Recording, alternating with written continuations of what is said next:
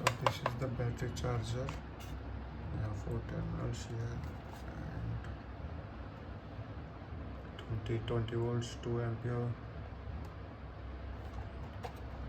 The quality looks very good, so that I already unscrewed it to show you guys inside view. So this is how it looks inside. SLPS and circuit. Quality is fantastic, so I appreciate the brand.